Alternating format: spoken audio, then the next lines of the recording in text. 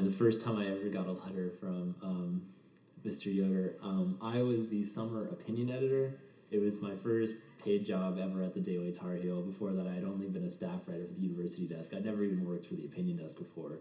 And I wrote a not very good opinion about Mary Willingham. And so he sent me a note basically saying, I think you should really reconsider that. It was like, I didn't know exactly who he was, but then I talked to Erica, our newsroom advisor, about it, and she was like, oh, that's Ed Yoder. He did this, and this. And I was like, whoa.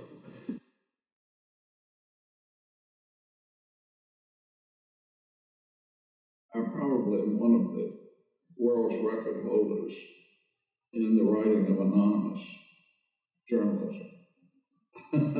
Not by choice. As I say, it's a pretty deadly form to begin with. I went to Washington in 1975 to be the editorial page editor of the old afternoon paper, The Star.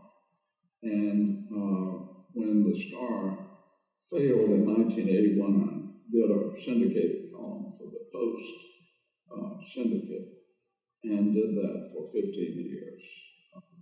The Daily Tar Heel was really my initial training in journalism. I think most of us felt that a broad education in arts and sciences was more important than technical training, and the technical training that one needed was readily available at the Tar Heel office. We really had what could be easily described as a skeleton crew who got the paper out.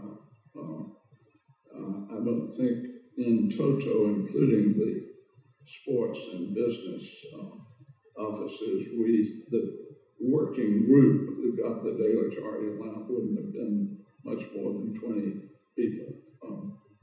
It was a very cozy place with a cozy group of people.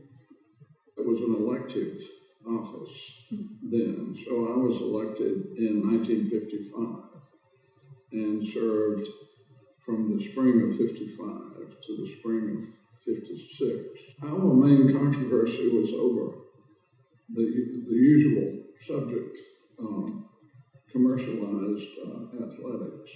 And somebody found in the student constitution an obscure clause that allowed the recall of any elected officer, including the editors of the Tar Heel. So there was a recall petition, and we had an election, which fortunately we won 2-1.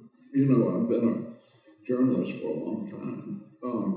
An old friend of mine says I'm like a retired racehorse kicking his stall.